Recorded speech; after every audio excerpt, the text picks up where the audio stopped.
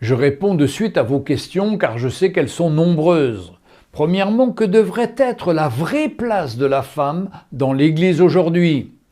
Deuxièmement, l'égalité spirituelle entre les hommes et les femmes. Troisièmement, l'ordre d'autorité établi par Dieu. Quatrièmement, est-ce qu'une femme peut prêcher dans l'Église aujourd'hui?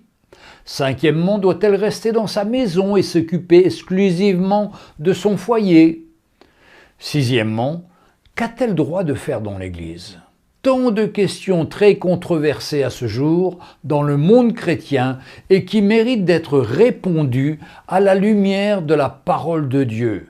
Dans cette vidéo, nous allons répondre à toutes vos questions. Commençons par la première. Voyons d'abord les égalités spirituelles entre les hommes et les femmes.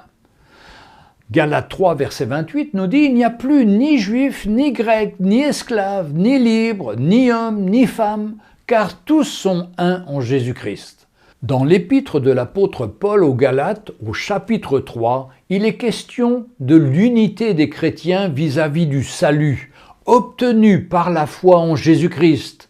Il est précisé que d'après les versets 13 à 27, ce que Paul dit essentiellement, c'est que tous les Juifs, les Grecs, les hommes, les esclaves, les femmes ont également accès au salut en Jésus-Christ.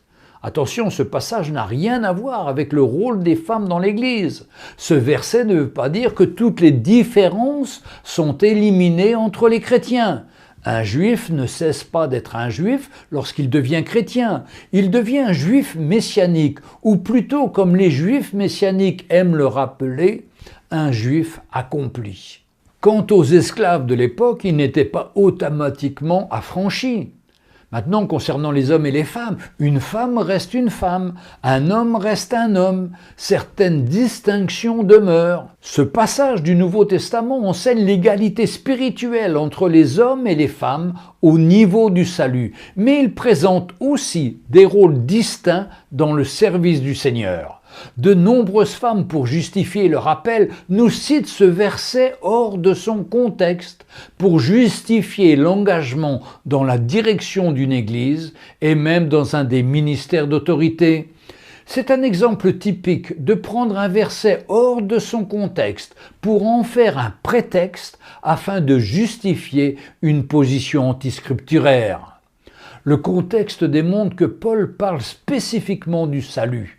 Galates chapitre 3, versets 22, 24, 26 et 27. Il n'y a pas de règle